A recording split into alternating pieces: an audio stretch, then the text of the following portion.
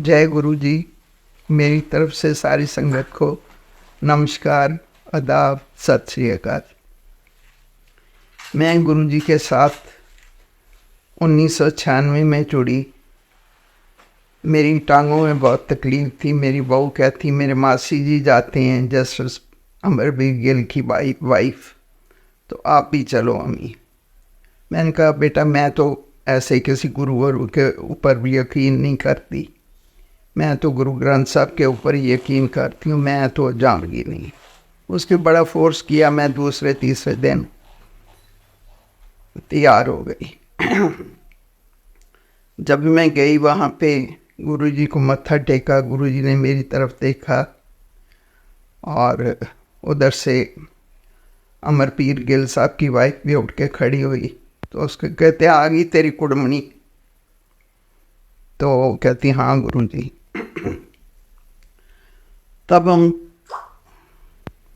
चंडीगढ़ जाया करते थे 33 सेक्टर में। तो 2 कनाल का घर था लेकिन कमरे छोटे छोटे थे। ड्राइंग रूम में मुश्किल से 25, 30, 35 आदमी होते होंगे। और जब गुरुजी प्रसाद देने लगे तो इतना प्रसाद दिया उन्होंने कि उनके तो एक हाथ का था, मेरे दोनों हाथ भर गए। और ऐसे लगा जैसे किसी ने झटका मारा होता है, कोई 2 किलो का वज़न मेरे हाथ पे फेंका होता है। मैंने सोचा मेरे तो गॉल ब्लैडर का ऑपरेशन हुआ है, मैं इतना प्रसाद कैसे खाऊंगी। फिर मैंने सोचा चलो थोड़ा सा खा लेती हूँ, बाकी घर में ले जाऊंगी हस्बैंड के लिए। थोड़ी देर के बाद अनाउंस हुआ यहाँ खाओ तो दवाई, घर ले जाओ तो मिठाई। मैं कहा बड़ी मुश्किल है, इतना प्रसाद तो खाया ही नहीं जाएगा। खैर एनीवे मैं 2-3 पार्ट्स करके वो प्रसाद खा लिया। मैंने कहा अब लंगर नहीं खाया जाएगा, अब चलती हूँ। उतनी देर में अनाउंस हो गया, लंगर का अनाउंस हो गया। गुरु जी कहते लंगर खा के जाना। तो तब पंचकूले से कोई डिब्बों में लंगर बना के लाता था। 3-4 डब्बे होते थे, दाल, सब्जी, फुल्के और सैलड। तो वो वैसे ही जैसे 4 आदमी हम लोग खाते हैं, वहाँ बिछ जाती थी चटाइयाँ और 4-4 आदमी खा लेते थे। 2 फुल्के भी खा लिए, कोई हैवीनेस नहीं हुई, कुछ नहीं हुई। मैं घर गई तो जब मैं कार से उतरी तो मैंने देखा कि मेरे तो हाथों में गुलाब की सुगंध आ रही है। सोचा ये कहाँ से आ रही है, मेरे पास तो है कुछ नहीं, ना मैंने गाड़ी में गुलाब रखे हैं, ना मेरे हाथों में कुछ है, ये कहाँ से आ रही। मैं बार बार स्टीयरिंग को सूंघूं कि इधर से आ रही, उधर से आ रही, लेकिन नहीं, वो मेरे हाथों में आ रही थी। जैसे मैं घर पहुंची, मेरे हस्बैंड सो रहे थे, तो मैंने हाथ उनके नाक के आगे किए तो वो एकदम घबरा के उठे, कहते क्या बात है। मैंने कहा देखो मेरे हाथ में से खुशबू आ रही है, लोग कहते हैं गुरु जी की खुशबू है, तो देखो मेरे भी हाथों में आ रही। वो कहते मेरे को तो कुछ नहीं आ रही, मेरे को सोने दे। एनीवे रात, सारी रात खुशी से ही मुझे नींद नहीं आई कि मेरे हाथों में खुशबू आ रही। ऐसे मैं 2-3-4 बार जाती रही, लेकिन कभी हिम्मत नहीं पड़ी गुरु जी से ये कहने की कि मेरे को तकलीफ़ है। ना ही मैं आज तक कभी भूल पाई। और उसके बाद एक लेडी को उन्होंने खड़ा किया, कहते आंटी अपना एक्सपीरियंस सुनाओ। तो वो खड़ी हो गई, 35-40 साल की औरत होगी, may be less than that. तो उन्होंने सुनाना शुरू किया कि मेरे गले में कैंसर था और बड़ा सीवियर कैंसर था, डॉक्टरों ने जवाब दे दिया था। तो कहती मैं डॉक्टरों को छोड़ के, हॉस्पिटल छोड़ के, तो मैं पीरों के साथ और इधर उधर संतों के पास भागती फिरती थी। कहती किसी ने मेरे को गुरुजी का बताया, तो मैं जलंधर चली गई गुरुजी के पास। दरवाज़ा बंद था, दोपहर का टाइम था, गर्मी के दिन थे। और कहती मैंने बड़ी प्यास लगी हुई थी, नल से पानी पिया, और पानी पीने के बाद मेरा पानी जो था पूरा मैं अंदर चला गया, नहीं तो मेरा पानी भी अंदर नहीं जाता था। और कहती मैं गुरुजी के दरवाज़े के आगे ही बैठ गई और सोचा कि मेरे को यहाँ से ही आराम मिलेगा, क्योंकि मेरा तो पानी अंदर नहीं जाता था, आज मेरा पानी अंदर चला गया। कहते जब शाम को दरवाज़ा खुला तो गुरुजी कहते आ गई तू? मैंने कहा हाँ जी मैं आ गई। तो उन्होंने मेरे को, बैठी रही मैंने बताया उनको, कहते जा घर जा। तो कहते मैंने गाड़ी थी मेरे पास, ड्राइवर था, मैं घर आ गई। घर आई तो मैं 2 दिन और 2 रात कहती है ऐसी सोई, मेरे को कुछ होश नहीं रहा कि मेरी कितनी नींद आई। मेरे नौकर घबरा गए, मेरा हस्बैंड कहीं और सर्विस करता था, उन्होंने उनको बता दिया कि 2 दिन हो गए उठी नहीं।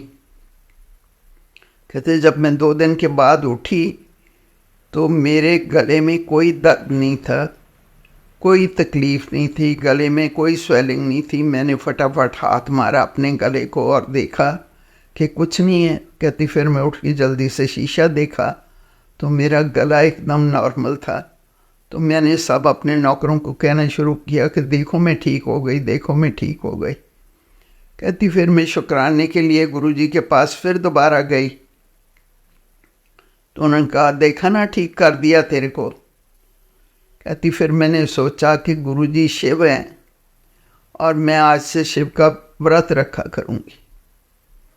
कहती मंडे आया तो मैंने व्रत रखा, दोपहर के टाइम में सो गई। जैसे मैं सो के उठी तो मैंने देखा कि मेरे कमरे में तो 3-4 सांप बड़े बड़े, 2 तो दरवाजे पे, एक मेरे साइड टेबल पे, एक ज़मीन के ऊपर। कहती मैं बड़ी घबराई, जैसे मेरी चीखें निकल गई तो वो मेरे सफाई वगैरह आए। उन्होंने कहा क्या बात है मैडम? कहती मैंने बोला सांप है। वो डंडा लेने गए तो मैंने उनको कहा मारना नहीं। कहती उसने वो जब तक डंडा लेके वापस आए तो वहाँ कोई सांप नहीं था।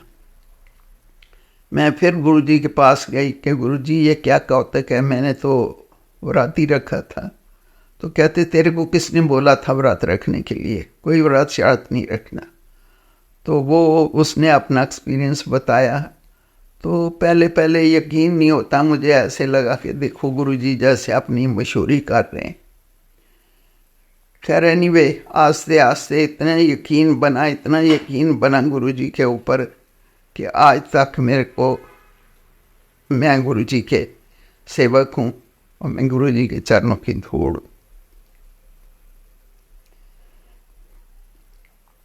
उसके बाद गुरुजी दिल्ली चले गए तो इस बात का हमें बड़ा अफसोस था कि यहाँ तो रोज़ मिल लेते थे गुरुजी को, अब दिल्ली कैसे जाया करेंगे। एनीवे फिर हमने डिसाइड किया, मेरे हस्बैंड फार्म पे रहते थे, मैं यहाँ अकेली थी चंडीगढ़ में, बेटी मेरी अम्बाले में सर्विस करती थी।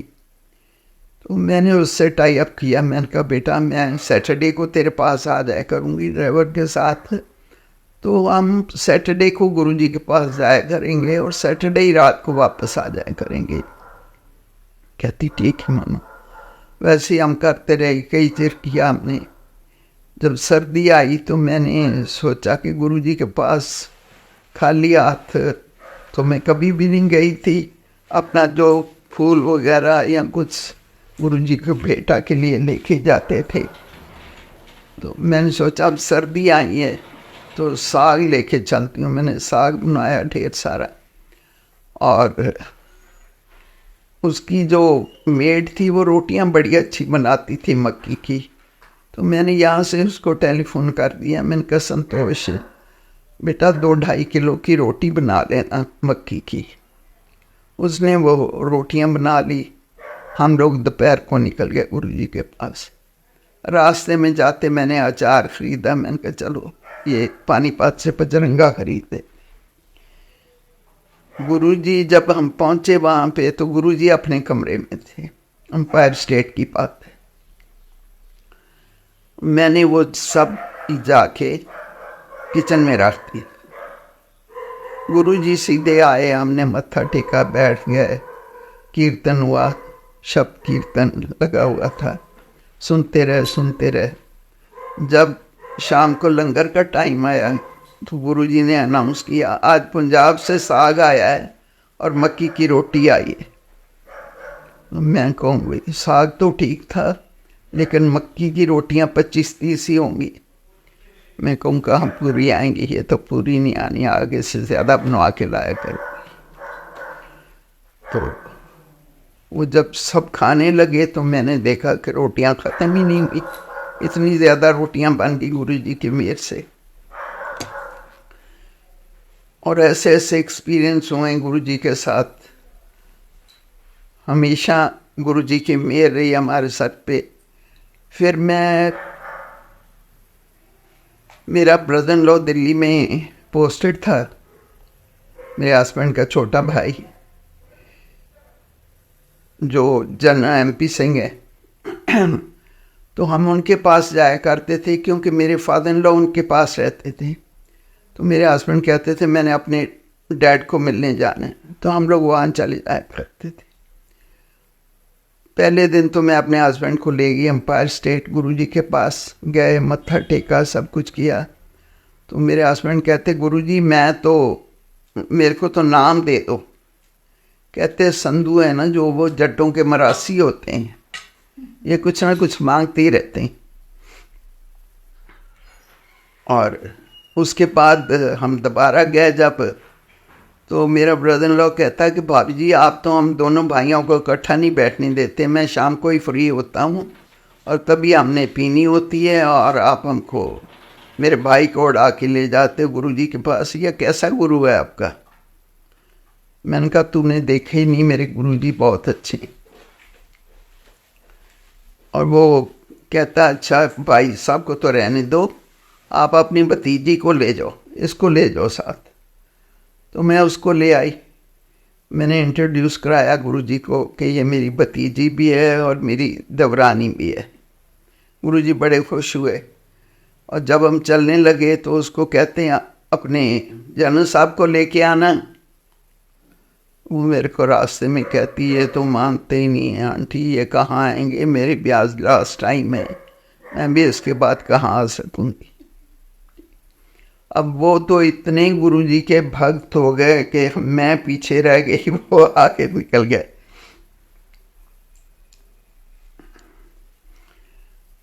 ऐसे करते करते हम लोग फिर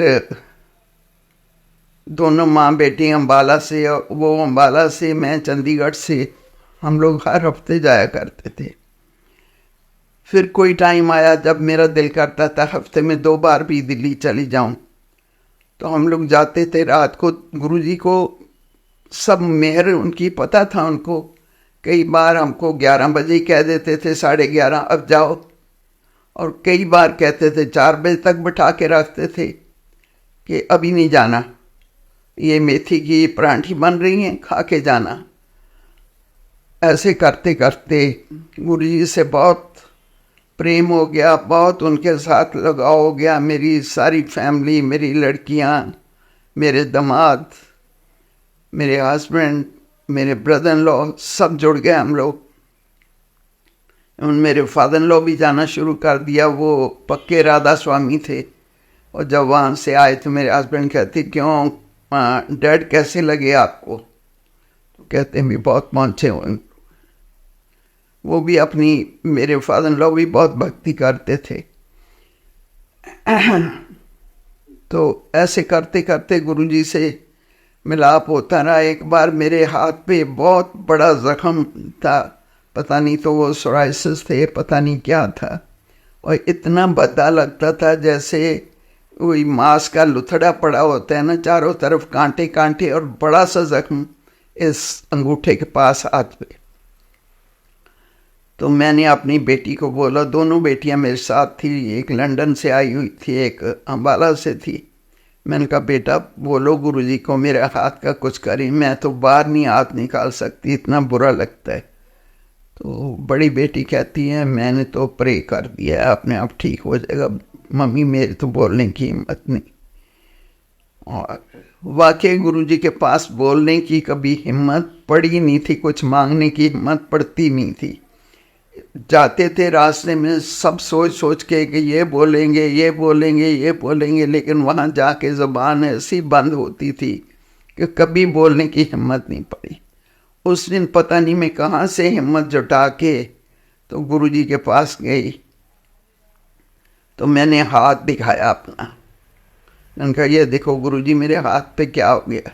उन्होंने ऐसे मेरे हाथ पे मार के कहते मैं कोई डॉक्टर हूँ, बड़ी रूडली। तो मेरे को बड़ा बुरा भी लगा और रोना भी आया। फिर मैं बाहर जाके एम्पायर स्टेट में, यहाँ पानी का पड़ा होता है अपना कूलर, वहाँ जाके मैं बैठ के बहुत रोई। मैंने कहा लो इन्होंने भी जवाब दे दिया, ये पता नहीं मेरे हाथ को क्या है, डॉक्टर भी इतना इलाज कर रहे हैं। और थोड़ी देर के बाद मेरी बेटी आई, मम्मी आ जाओ लंगर ले लो। मैंने कहा बेटा आज तो मैं लास्ट टाइम आई हूँ, इसके बाद तो मैंने आना ही नहीं है। कहती नहीं नहीं ऐसे नहीं करते, आओ आप लंगर ले लो। लंगर खाया, लंगर खा के तो गुरुजी को मत्था टेका। दिल में यही सोचा कि आज लास्ट बार आपके पास आई हूँ, फिर नहीं आना मैंने। इतनी लोगों की बीमारियाँ ठीक करते आप, मैंने क्या कर्म किए जो मेरी बीमारी नहीं ठीक कर रहे। कभी घुटनों के लिए नहीं बोला, कभी कमर के लिए नहीं बोला, लेकिन ये मैंने बोला कुछ यही ठीक होना था। हम लोग रात जाके इन्फेंट्री मेस में सो गए। सबसे पहले बच्चों से मैं उठी, कोई 6-1 बजे का टाइम होगा। जैसे मैं बाथरूम जाने लगी तो मैंने देखा कि मेरे हाथ का जो ज़ख्म है एकदम आधा है। मैंने बाथरूम जाने की बजाय अपनी बेटियों को जगाया। मैंने कहा देखो देखो मेरा हाथ ठीक हो गया। और 2-3 दिन में मेरे को पता नहीं चला मेरा हाथ कैसे ठीक हुआ। ना उस पर कोई खरींद आया, ना कोई उस पर दाग बना, ना कोई कुछ ना कुछ। बिल्कुल नॉर्मल स्किन मेरे दोनों हाथों की एक सी है। और अब कभी मैं ऐसे ऐसे हाथ हिलाती हूँ ना, तो वो ऐसे चमकता है अंदर से, जैसे कोई चांद चमकता है ना, ऐसे उसकी चमक आती है, वो मैं ही देख सकती हूँ। तो गुरुजी के मेरे ऊपर तो बहुत मेहरबानी है, इतनी मेहरबानी है कि मैं बता नहीं सकती। हाँ ठीक है दस बता दो। हाँ जी। और बत और फिर मेरे सन इन लॉ लेबनान में थे, तो वहाँ वो बीमार हो गए, लिवर सोराइसिस हो गया। तो मेरी बेटी आई गुरुजी के पास, मंदिर बंद था उस दिन, ये एम्पायर स्टेट वाला।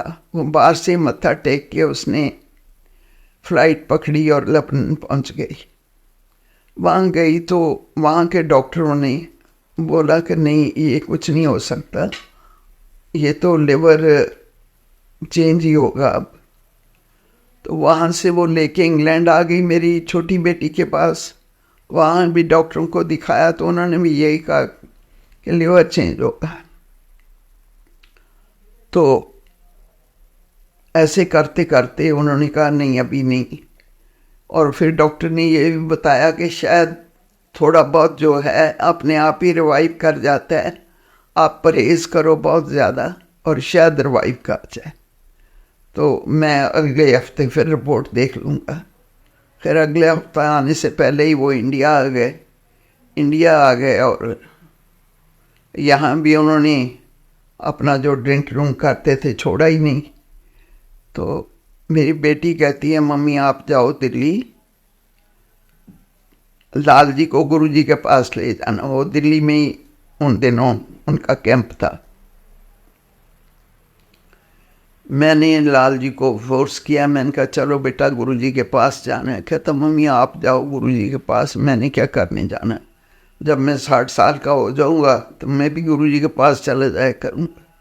मैंने कहा नहीं बेटा 60 साल की बात नहीं है, आप मेरे को तो कंपनी दे सकते हो, चलो मेरे साथ।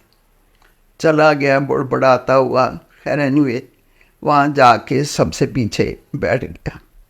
गुरुजी आए, हम सब उठे मत्था टेकने के लिए, वो नहीं उठा, बैठा रहा। अपने टेलीफोन को प्ले करता रहा। और मैं उसके पास आके बैठी तो बुड़बड़ाए कि ये अच्छा गुरु है, जवान गुरु है और बुढ़े बुढ़ों से मत्था टिकाता है। मैंने कहा बेटा देखो, अपने सुखमनी साहब में लिखा हुआ है कि संत की निंदा नहीं करते, आप निंदा नहीं करो प्लीज़, आप आराम से बैठे रहो। थोड़ी देर के बाद अनाउंस हो गया कि जिनके पास टेलीफोन है, मोबाइल है, वो बंद कर दें। तो मैंने उसको कहा, मैंने कहा बेटा बंद कर दो। उसने बंद करने की बजाय अपना मोबाइल लेके बाहर निकल गया। बाहर निकल गया, उधर बैठा रहा काफ़ी देर। और जब लंगर का टाइम आया तो मैं बुलाने गई। मैंने कहा चलो लाल जी थोड़ा लंगर खा लो। कहता मम्मी मिर्ची मुर्ची होंगी, मैंने तो खाना नहीं। मैंने कहा नहीं, थोड़ा सा खा लो। आ गए, लंगर खाया। लंगर खा के फिर जब खड़े हुए मत्था टेकने के लिए तो मैंने उसको अपने आगे लगा दिया। मैंने कहा मत्था टेक के जाना है, गुरु महाराज हैं, आप मानो बेटा इनको।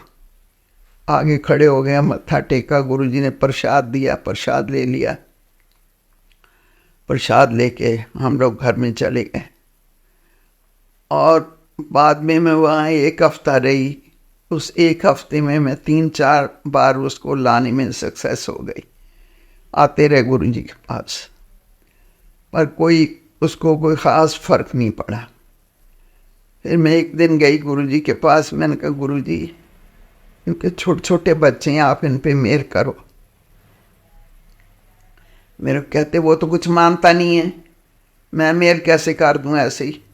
मैंने कहा गुरुजी वो तो आपकी भक्त नहीं है मेरी बेटी, तो वो तो बचपन से ही शिव के व्रत रखती आई है, 8-9 साल की थी तब से।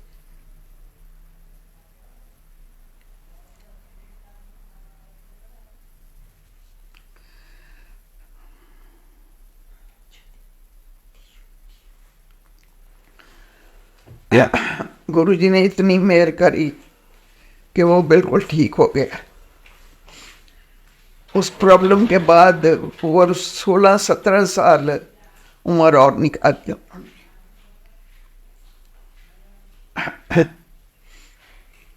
ये तो मेरे साथ गुरुजी ने मेहर की हुई है मेरे ऊपर।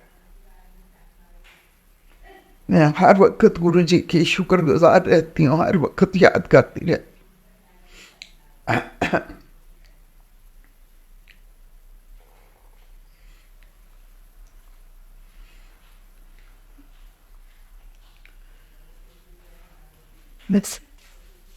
बस आज मैं इतना ही कहती हूँ। प्रभु जी, गुरु जी की जय, गुरु जी की जय, सत संगत की। परमात्मा आप सबको, गुरु महाराज चढ़दियां कला च रखन, खुश रखन, दुनिया तो क्लेश मिटान, जो भी दुनिया ते हो रहा सब कुछ खत्म कर। वो सब कुछ कर सकते नहीं, वो करना।